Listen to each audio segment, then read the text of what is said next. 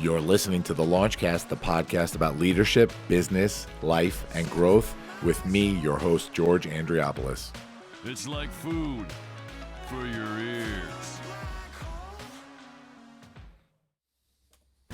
This episode is sponsored by the Leadership Experience. Hosted by yours truly, the LaunchDad himself, George Andriopoulos, CEO of Launchpad 516, Media Convergence, coach at the Leadership Experience and Podcast Experience, public speaker. You know the deal. You know me. I'm going to start talking about the class.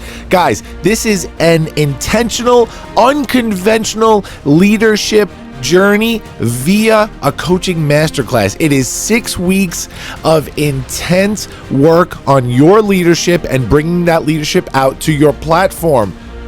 Unconventional journeys, the mission statement, which by the way is the end goal, building the mission statement, leadership theory, inspiration theory, the balance phenomenon. We handle it all. Now, the add-on tracks, how you execute. 4 available tracks. Public thought leader track, that's for public speakers, writers, social activists, social influencers. That's how you take your leadership to the stage, to the page, everywhere. The entrepreneur track for business owners and aspiring business owners. The career leader track for professionals looking to bring their leadership to a new level. And the podcast experience, building your own podcast start to finish. All the tech specs, all the leadership stuff, bringing your message to the people, and more. Interview 101, voice 101, the whole deal. It is a killer class. Hit me up about that. Now, what's new? We have some self-paced online stuff that's happening in mid-August. There will be a leadership in organizational management certification available. There will be a podcast self-paced course. We have so much going on. The new live cohort starts the week of August 3rd. theleadershipexp.com. Book it.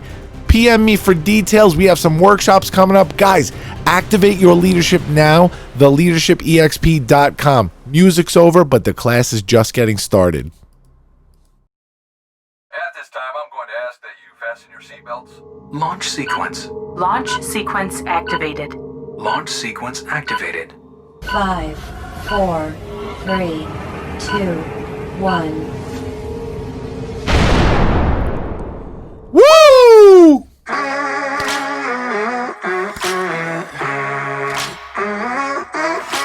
Hey, everybody.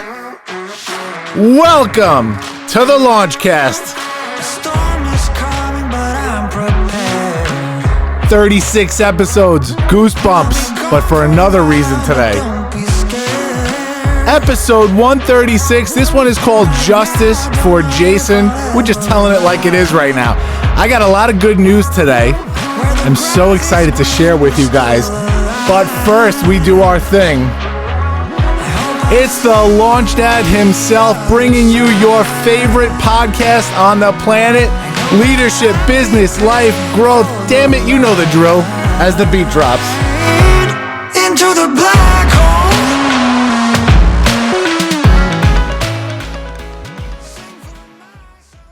God, those transitions are getting better and better. What is happening, everybody? Episode 136. I am, if you're watching the YouTube video of this, I am a sweaty disaster right now. Why? While my guests wait in my virtual waiting room right now, I'm going to tell you what happened to me Friday. So Friday, we had a scheduling conflict with the guest that we had scheduled. And so I reached out to an old friend to see if she could hop on the show with her good friend and talk about something super, super important, which we'll get into in a minute.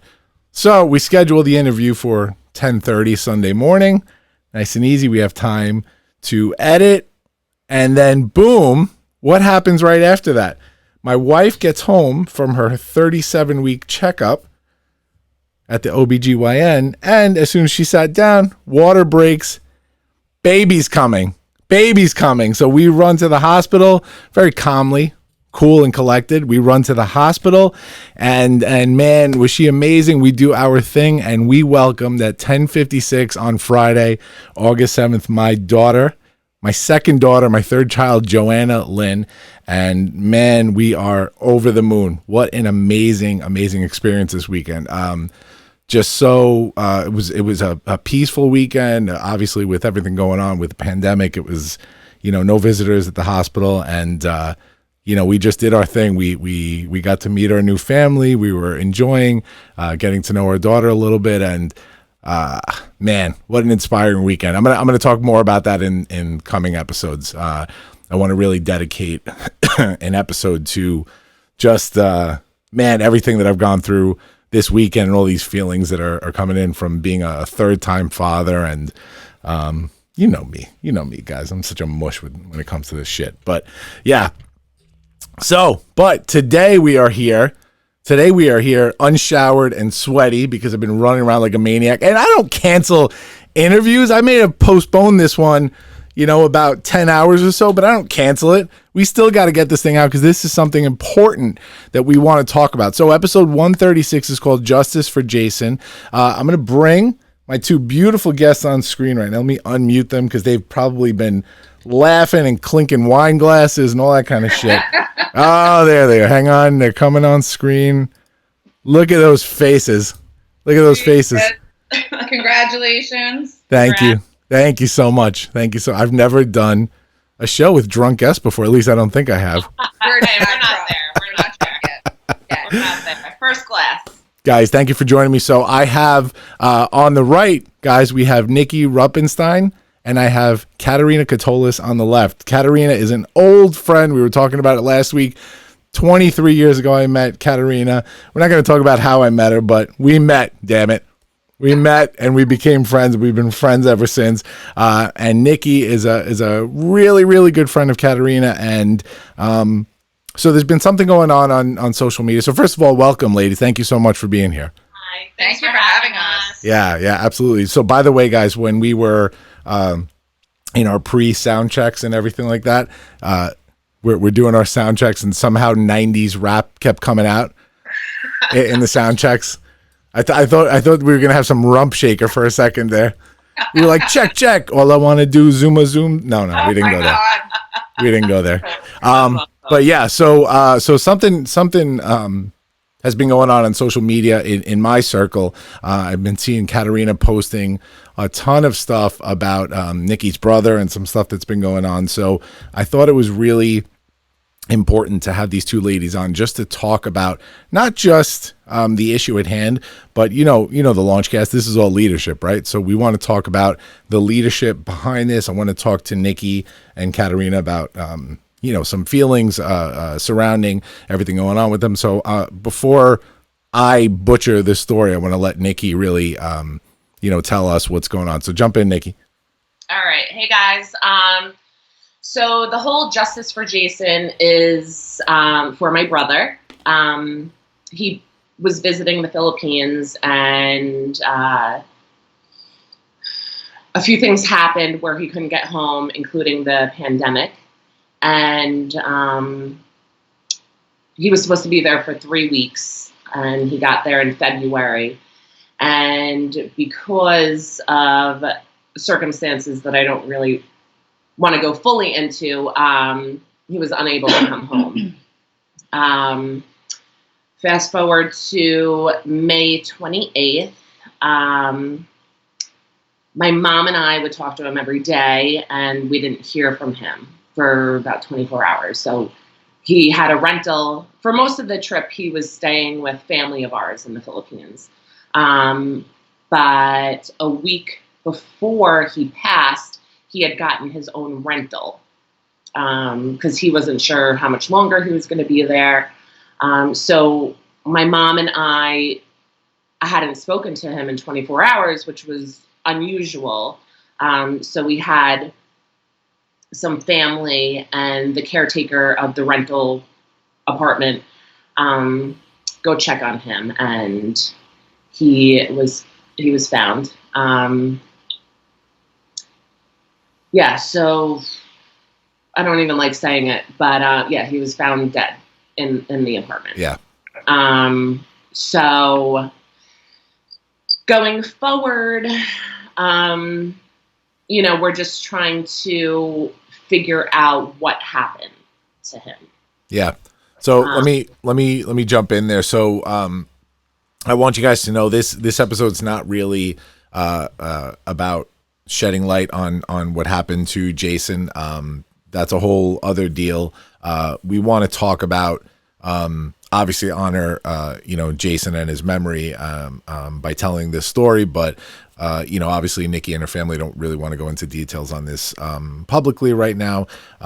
I wanted to have Nikki on, and of course Katerina, who I found out about this through her, because they stood up in this time of adversity. I see some amazing things going on with a GoFundMe. I've seen all the support that's been coming from their community. That it's funny, we live in the same area. We live on Long Island in New York, which is a big place, but a really small place when it comes down to it. And then all of a sudden you see friends of yours that are sharing it that you didn't know were friends of other people, and these things take on a life of their own. And so I really wanted to talk to Nikki and Katerina about, what happens after crisis, right? What happens when everything just feels really bleak and there are no answers and you really don't know what the next step is. And when I saw both of them, and again, I don't know the full stories behind the scenes. That's what I really want to hear about today. When I saw both of them stepping up, through pain and adversity and doing what they're doing, man, I just love seeing that kind of light. I love seeing people find leadership that they didn't know that they had. That's what this show is all about. It's about telling unconventional stories of leadership so that audience members that are listening to this and don't necessarily know that they are leaders or could be leaders could see two people like this and go, man, I maybe I could do something like that in adversity, and then find their leadership. So that's really what this is about, guys, for those that are listening and are listening and maybe want some more details. And it's not what this is about. I'm sure you could find out about it through the GoFundMe and all that. But yeah, man, Nikki, kudos to you and your family. And of course, I'm so sorry for your loss. I told you that the other day when we spoke. Kudos to Katerina. She and all my friends, really. I wouldn't have been able to do this without them. Yeah. It's a team effort. Yeah. Yeah. So talk to me about the moments, obviously you find out about this and you and your family, I'm sure, get together and grieve in your own ways. And then something sparks, So talk to me about that moment. What was the timeline of what happened to get all of this going? So, once we found out that he passed away, and during this pandemic and everything that's going on, and he was so far away, and obviously initially we wanted to go there, my family and I, but we would be quarantined. They have a very strict lockdown, even, I believe, still. Mm-hmm. So that really wasn't a choice because we wouldn't be able to really do anything. So we have family there that were able to step up and try to and advocate for us. But here, you feel pretty helpless. And our next mission was to get him home. And we had the hardest time even getting his remains home. It took 43 days to get his remains home. So within that 43 days, there was a lot of, thinking, trying to come up with things that we could do, making phone calls to, the Department of State, the U.S. Embassy, and you think that, you could get some advocacy within those agencies. I don't want to speak ill, but there was a lack of advocacy, and it made it so hard even to get my brother's remains home. And in that time, we're also thinking, well, we don't even know what happened, and we need to find out what happened. And so my friends really stepped it up. Katerina, Stephanie, Katie, Kelly, Danielle, like all of our friends really stepped up to the plate. They were so supportive to myself and my family. And they helped create this GoFundMe. We knew that we wanted to go further into finding out what happened. I don't really want to go into details about that right now, but to seek justice, to find out, what happened to my brother. Yeah. And that involved raising funds, because no one has that sort of money really just to freely do something like that. So the GoFundMe was created, and it pretty much took off. We set a goal for $27,500. It was kind of random. We didn't know what we were going into, but we set this goal. We're like, let's just see if we can make it happen. And I believe it was started on June 29th. Yeah, the end of June. And at this point, we have 22,500. Roughly, yeah. Yeah, roughly around that in the GoFundMe. But we've also had people making other donations to help us out, to aid my family in this. So we're so thankful. I mean, it's incredible to see the community come together. You see these donations coming from people that you haven't spoken to in years, or you don't even know. Yeah. And I don't want to say inspired, but what's a good word for it? Like hearing the story that they're like, they want to help. I'm at a loss of words for the right word to use, but it's been incredible. And we are so thankful for everyone's help, because we couldn't do it without everyone. Yeah, amazing. I want to ask Katerina, so, as a friend watching all this go down, what was that moment where you just said to yourself, like, I need to get involved? From the moment I read the text message. So, it was something that Nikki couldn't verbalize. It was in a group text that we received first thing on May 28th, that morning, that we received the news about Jason passing away. I immediately went to Nikki and found her and her family and spent the day with her. Had conversations with the family. And it's like Nikki said, since he wasn't here when he passed, it was kind of hard to absorb what had actually happened. But as the days went on, and we're in touch with the agencies in the Philippines, and family and friends were coming over, and we were communicating with the family in the Philippines and everything. We just knew that something had to be done. And we had to kind of just step up and show the true meaning of friendship and family. Like, Nikki and I have been friends. George, I've known you a long time. I've known Nikki about 15 years longer than that. It's just, we've known each other our entire lives. She's one of my best friends. I love her family dearly. They're the type of family that would legitimately take their shirt off their back if it was their last shirt to help you. So I knew that we had to do something to kind of, even if it was something that they didn't want to move forward with, we knew that we had to kind of try to raise the money for them to help them with. And I don't like using the word closure, because that's a family member. Like, you're never going to get past that. That's always something that's going to be a part of you and a part of your life. But to help them learn how to,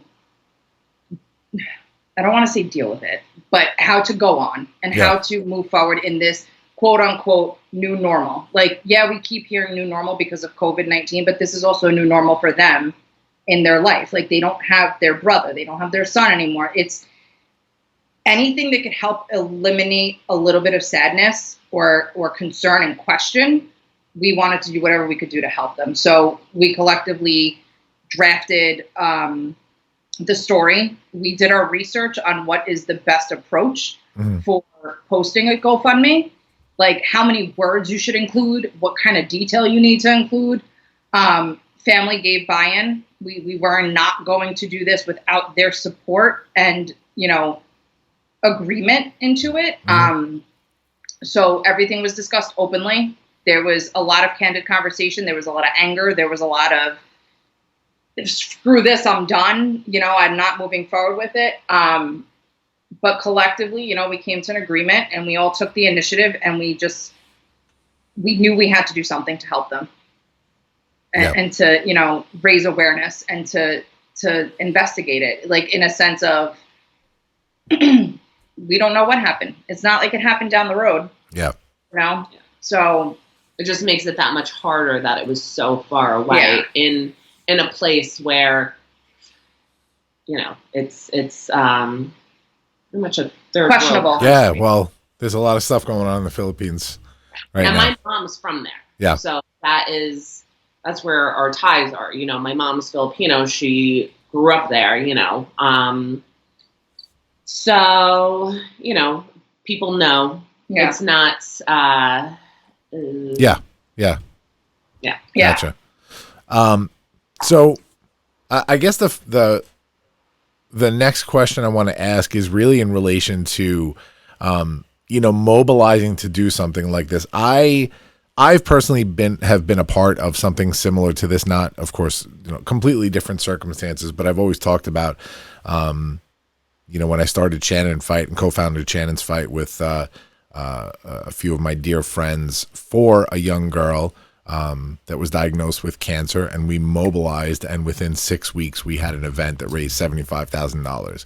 And I just remember that was the first spark for me where I kind of gave a shit more about somebody else than I did about myself, which was at the time odd for me.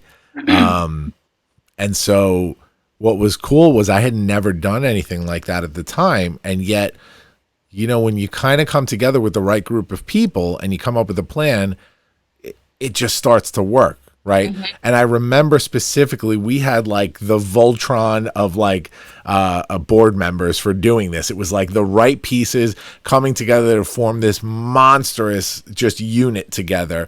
And, at the time I was the director of operations of a big pharmaceutical company. We had a professor, an occupational therapist, and a director of a electrical engineering company, an accountant. And we just all kind of came together in this perfect storm of like using our professional skills to sort of build this thing. So you guys are, Kat, I know you're a project manager extraordinaire at corporate, right? And Nikki, are you a nurse, Nikki? I am a nurse, yes. You're a I'm nurse. Yep. So talk to me about, did you bring anything, you guys? Did you bring anything professionally that sort of helped you guys to build this thing in a big way? Well, I'd have to say my friends. I was just about to say the group of us collectively. Yeah, I have very educated friends and competent friends, and I was so thankful because I can bring what I can bring to the table. It was hard for my parents to be involved in this, I guess, physically, because emotionally they still can't really, it's hard to deal with. So I pretty much took it on with my friends, but thank God for them. Proofreading, writing things up, just wording things the way that they need to be worded. It's just been so helpful to have that support in different ways from my friends that could actually do this. We would actually say, one of them would write something up and then we'd send it to everyone. Is this okay? And then someone else would proofread and fix it up a little bit. Even my husband, he'll proofread things before we post them, and just to make sure that it's written well. You just don't want to throw something out there. But everyone's kind of brought something to the table with this. So perspective, we have an HR professional in our circle of friends. We have a PR professional in our circle of friends. We have an analyst, like financial analyst. We have project, I don't want to toot my horn, but project management skills right here. I'll toot my horn. So we all joint. It was a joint effort in a sense, and we, took into consideration a lot of things, a lot of approaches. You mentioned the fundraiser, the event that you had for Shannon's fight that you raised $75,000. If it wasn't the COVID-19 pandemic, we would have gone so far beyond what we were already doing, but we couldn't. So we were very, very limited. And because we were so limited is why we had to kind of push to get the word out. Like, I created a Facebook page. I created an Instagram account. I created a Twitter. I don't know anything about Twitter. I don't know what I'm tweeting. I don't know what retweeting is, any of that. But that is what we did to kind of just reach as many people as we could. Like, we started boosting Facebook posts.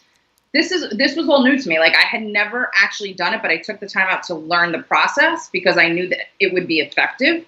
And I knew it would be what reached more than what we could just in our circle. You know what I'm saying? Yeah. Like, we have friends from California to Colorado, Florida, et cetera, everywhere.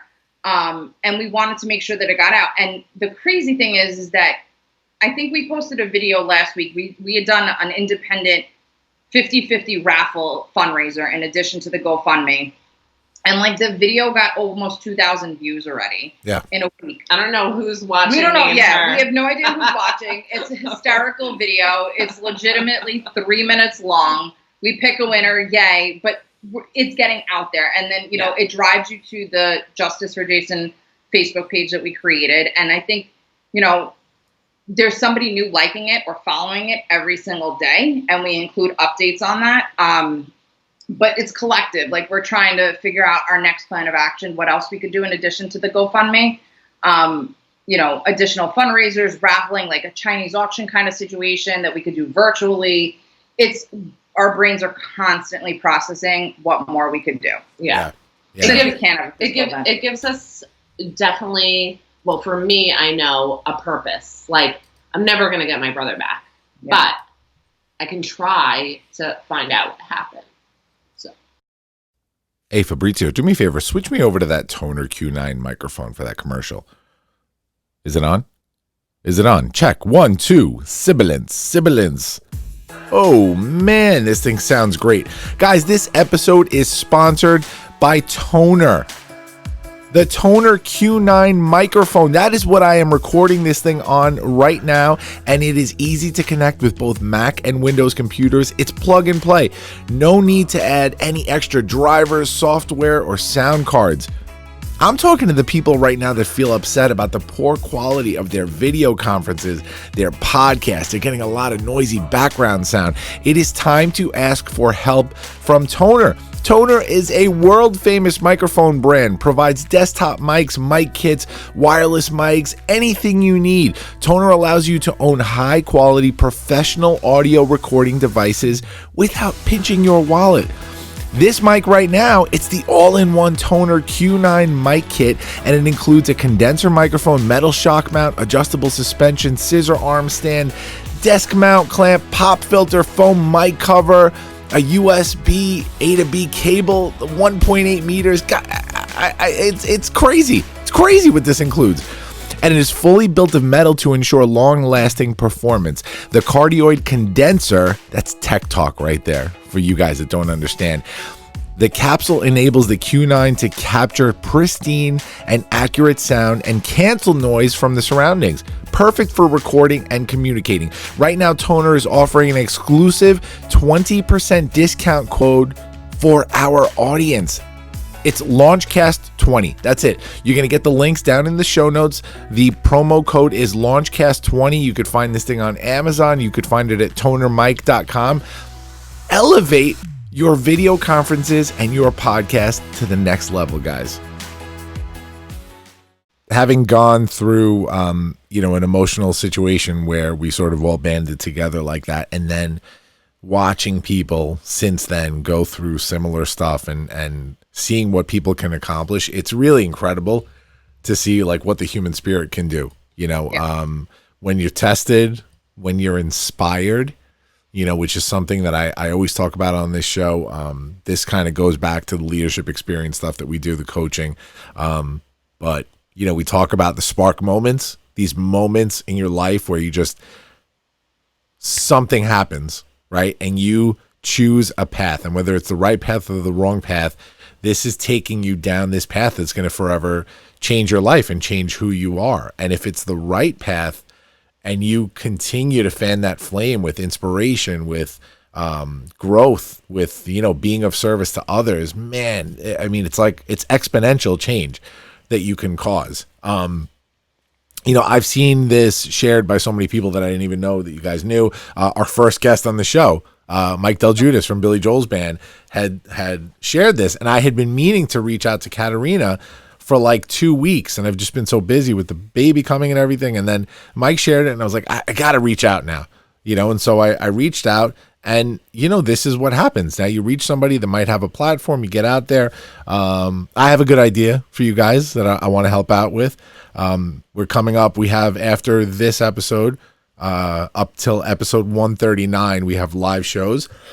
And then we're kicking off for episode 140. We're kicking off 3 months of Launchcast reboots. We're doing the best of episodes leading up to season 2. So leading up to the new episodes, we're going to run a marathon right before that week.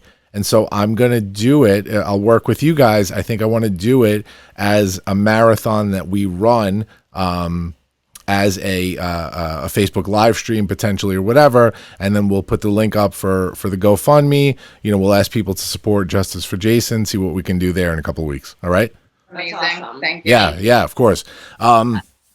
Nikki, let me ask you. So, I know you've gotten emotional a couple of times here, and the goal here is definitely not to make you emotional, but No. it's super important for somebody that's going through something like this to sort of understand the difference in feelings, right? Losing your brother is I can't even imagine what it feels like for you. But the fact that he wasn't home, were you able to grieve in the proper way? And is that what sort of sparked this for you? That's a good question. I don't even understand. Sorry. I really don't. It's so strange. It's so day by day. And although it's been, May 28th is when when we found out. It was actually May 27th here, so it's kind of weird. But it was May 28th in the Philippines, so that's his date of death. But we're like, it was the day before here. But regardless of that, he was gone. He was away for a few months before that, so it's kind of strange because I didn't see him right before he passed away. I brought him to the airport. So I remember certain things, I remember I was the one that brought him, and I giving him a big hug and everything, and not knowing, obviously, no one knows that it'll be the last time that you see someone. But I feel that my grieving has been very strange. Roller coaster. Yeah, roller coaster, day by day. I mean, there are honestly days that I don't even want to deal with the day. And if I can get through the day, that's a big accomplishment. I'm working, so working is good because it gives you a different focus and a reason to wake up and a purpose. Other days, it's very hard. I'm trying to be there for my parents. I do have another brother, and it's just weird, to tell you the truth. It's very weird. It's surreal. There's moments when I'll be laughing, thinking of things. There's moments when I just can't even stand the thought that I won't see him again. It's just very strange. And I feel like a lot of people would say that. It's just a weird feeling. Do you feel... I don't know how else to explain it. Do you feel, just because... Not the circumstances surrounding the death, of course, that's a whole other... it's a whole other thing in and of itself. But just because of the fact that you couldn't get him back right away and you're still dealing with this with the GoFundMe and everything, and it's sort of continuing, do you sort of feel robbed of like the proper grief process? Absolutely. Absolutely. The amount of, I kind of went into this mode of, I have to figure things out, especially getting him home. That was our next goal. He passed away. There was nothing that we physically could do. So it gave us a purpose of, all right, our next mission almost is to get him home. So every day I'm on the phone with, these agencies, like the U.S. Embassy and stuff. So that gave me something to do. It gave me a purpose to do something. So it kind of kept me busy. So I don't know if that also pushed away my grieving, because I was I had a mission. Yeah. And now I have a mission on trying to figure out things further, not myself, but, seeking justice and trying to find out what actually happened. So I don't know if if it will ever settle right with me, even if we figure out what really happened. And there's a chance that we won't, but we're trying. And that's the biggest thing. And that's what's keeping us going forward, is that we're trying to figure out what happened.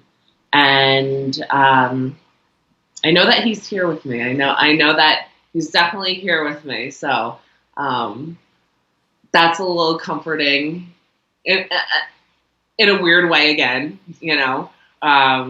Yeah, some funny things have happened where I'm like, all right, I know that you're here. Suspicious activity has taken place around us. But he wasn't just my brother, he was my best friend. So we did so much together. Yeah. We did so many things together. And, Facebook with their memories, I'm just, every day there's pretty much a memory or a picture with me and him, and I'll laugh and then I'll cry. Yeah. It's a blessing And and a curse. it's definitely, but it's just a weird feeling. That's all. Yeah. And, it's very strange. I want to move to Katerina for a second. So, I think this is an interesting question, and I think it could help a lot of people. So, when you're watching crisis from the outside looking in, of course, you're a close friend. So, that alone does, of course, give you some kind of involvement. And I don't want to use the word stakeholdership in what's going on, but you understand what I mean. But if you're looking at a crisis from the outside looking in, and you're the type of person that might have a skill set, or might have just a way to support and bring comfort, and help alleviate a situation, talk to me about what can somebody else that's looking at this situation with you guys, what can somebody else learn about how to step in, right? How to thoughtfully and carefully step in and try and offer themselves. It's a great question. It's a very deep question. Fucking right it is. It's deep, but so first and foremost, yes, she's one of my best friends. So of course I was going to be there. However, there have been many situations where I've come across posts on social media of people that have lost loved ones, or, terrible situations that were unpreventable. And is that even a word? Could not have been prevented, whatever. From my perspective, my thought is always, what can I do to help? What can I do to help make the situation a little bit easier for them, or a little less stressful, or anything that can offer them comfort? So, complete side note, when my father passed away, Nikki was like, "Where are you? I'm coming to find you." And I said, "Don't worry about it. I'm going to the funeral home to plan his arrangements. It's fine. My cousin's with me. It's fine." 5 minutes after I sat down at the table, Nikki was right there with me. She didn't have to be there. She wanted to be there. So in the same sense, I didn't have to take the initiative on anything. I didn't have to, just focus on what can I do to help them. I wanted to. It's a form of compassion. And for anybody that is thinking, what can I do in this situation? I want to know how I can offer any form of support in a positive way, any form of just, I don't even know how to word it. Like, you were also friends with him. I was friends with him. I was friends with him. I love Jason. Yeah. We fought over green bean casserole at Thanksgiving dinners, and we jumped out of a plane together. Love him. Have known him as long as I've known Nikki. But it was just a matter of stepping up. Like, what can I do? Even if she was a perfect stranger, if I had come across that GoFundMe and read it or came across the page, I would want to help, because every family deserves to have that. Like, they need to know that the support of the community is there and that you're not alone. And sometimes that's all it takes. Like, some people, they're not looking for handouts or anything like that, but we're here for you. Like, does that even make sense? Like, I'm trying to just figure out like how to word it. No, it makes total sense. Yeah, you just want it to be from my perspective, let it be professionalism or personal life. If I can offer you any help whatsoever, I'm doing it without expecting anything in return. Yeah. Like, it's just out of it's who I am. It's just the skills that I have, I know I can apply to help. I'm going to do that. I'm going to contribute however I know I can. Especially when it hits you, like, personally. Definitely. And like I said, like, it wasn't just because I'm her friend and it was my brother. She was also friends with my brother. She spent holidays at my parents' house, so she, her and my brother would fight over the leftovers of the green bean house. I was taking it all home and he wasn't letting me.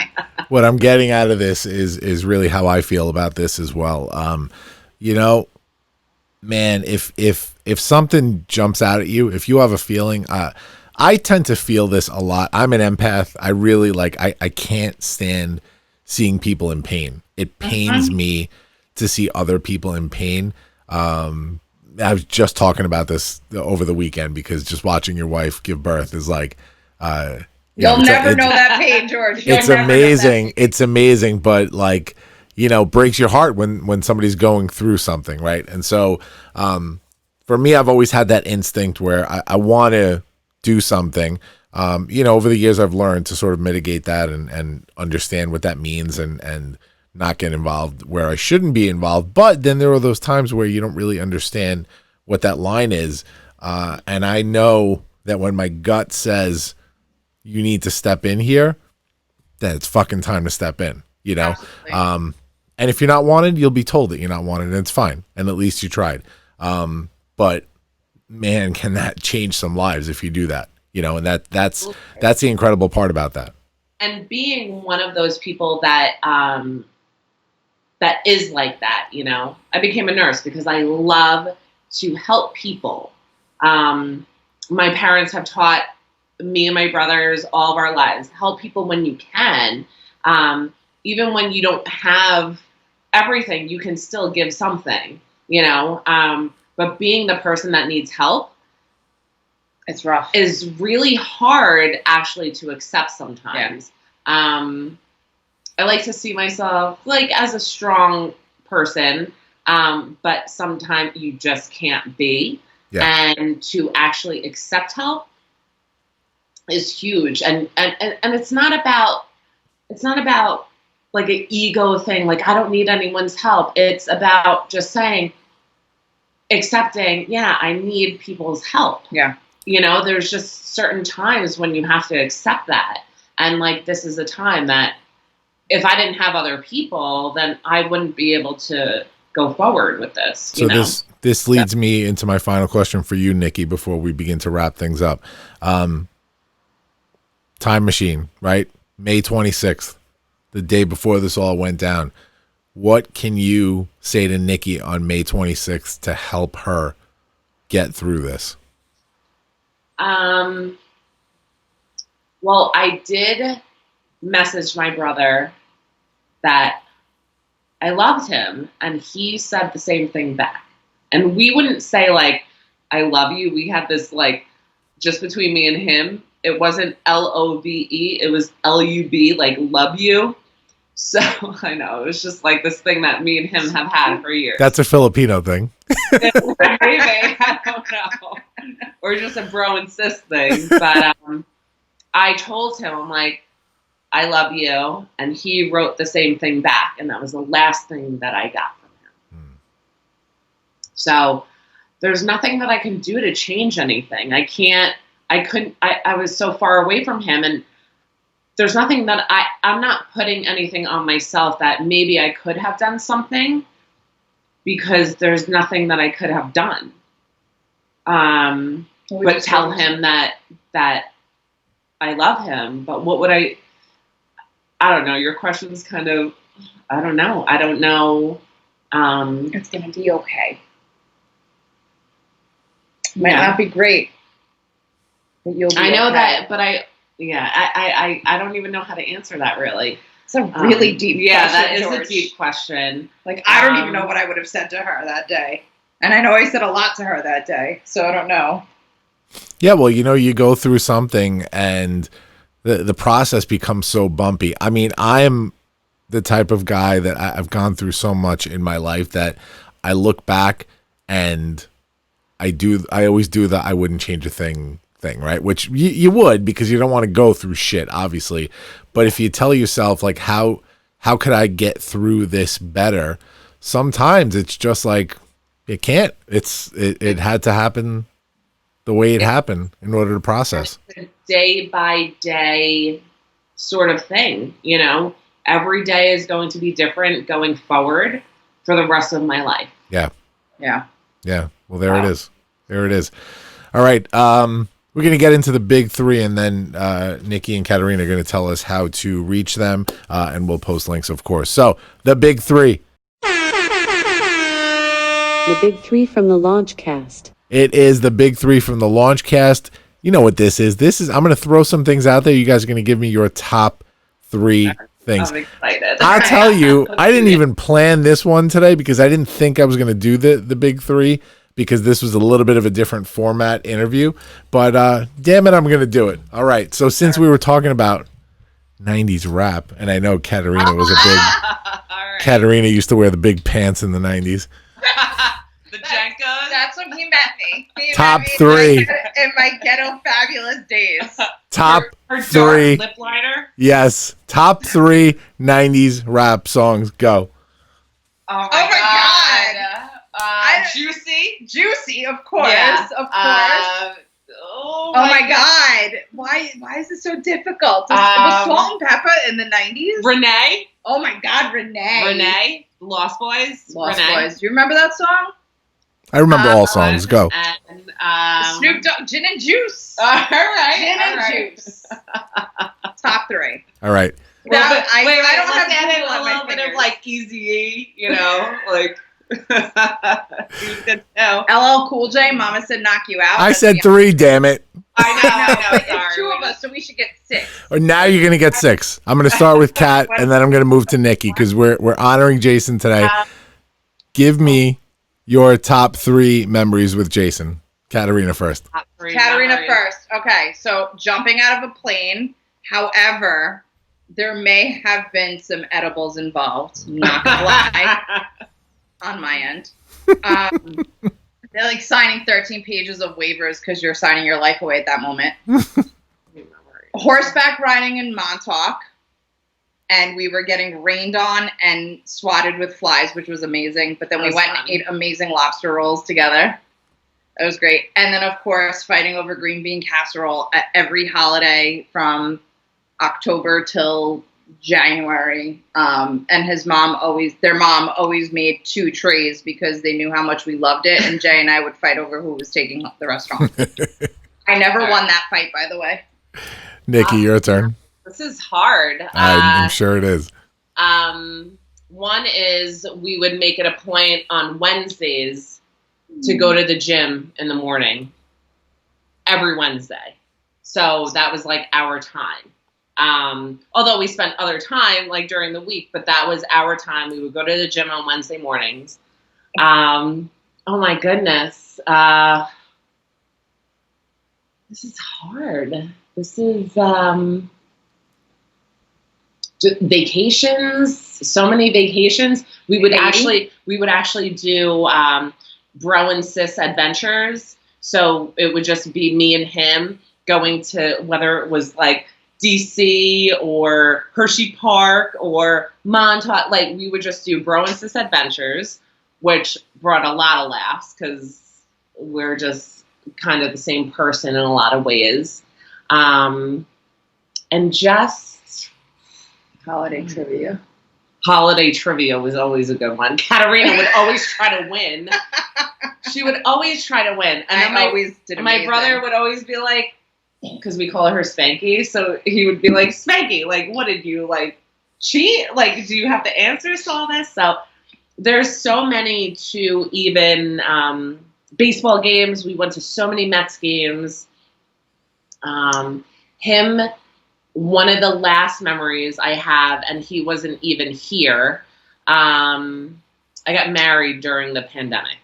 And, him being my older brother has always been protective over me. But him telling me that he would not pick anyone else other than my husband to take care of his sister. Wow.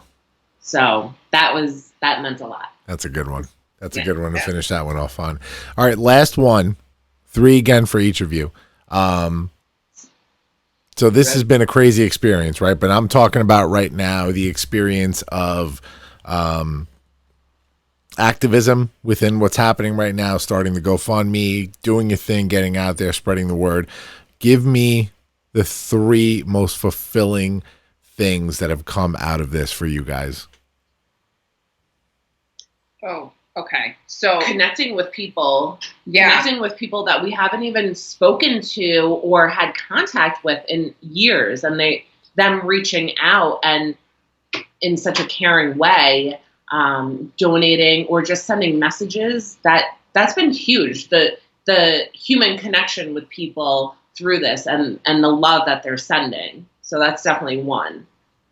One of the most fulfilling things for me was attaching Nikki's bank account to the GoFundMe and be like, Nick, look how much money we've raised already for you. And in addition to that, we actually partnered with 2 other groups on Facebook throughout this process that like do random things like raffles and whatnot. And we did 50-50 raffles with them initially. And we got, $500 raised, and then some of them donated the money back, which was amazing. We did our own personal 50-50, which we're going to do another one as well, where our goal was to fill 200 spots, which was $1,000 to each, $1,000 to the winner, $1,000 to the GoFundMe.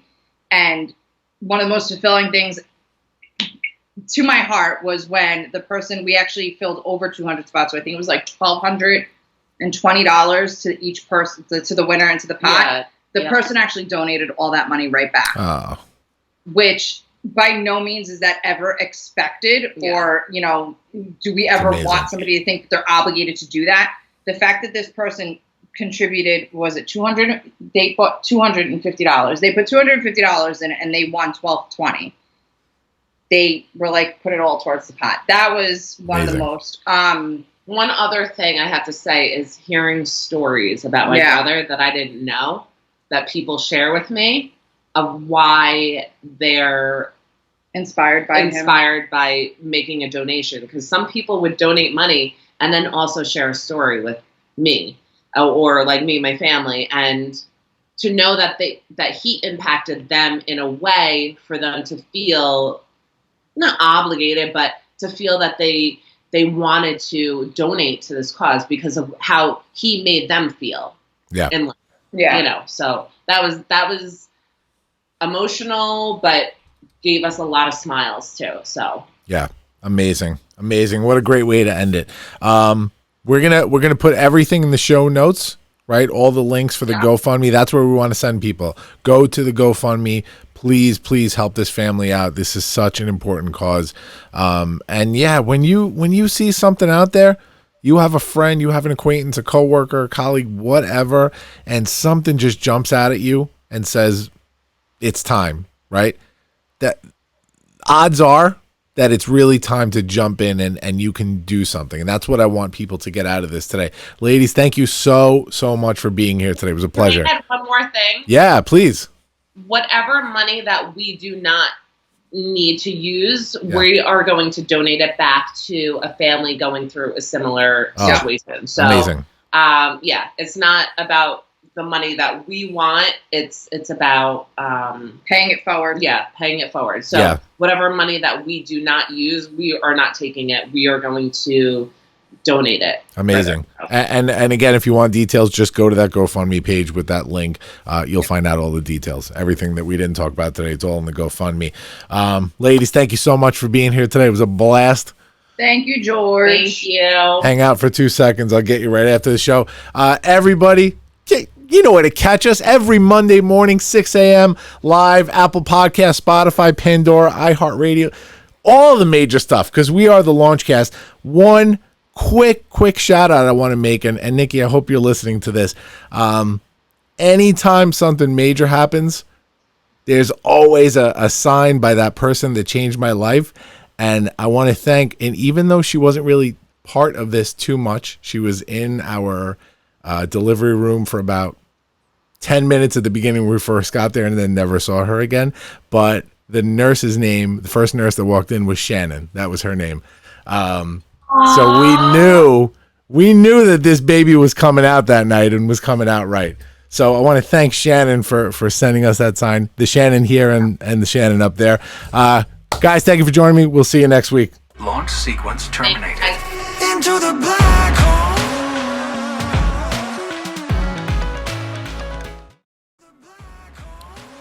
Thanks for listening to the Launchcast today. Please make sure to subscribe to this feed wherever podcasts are available.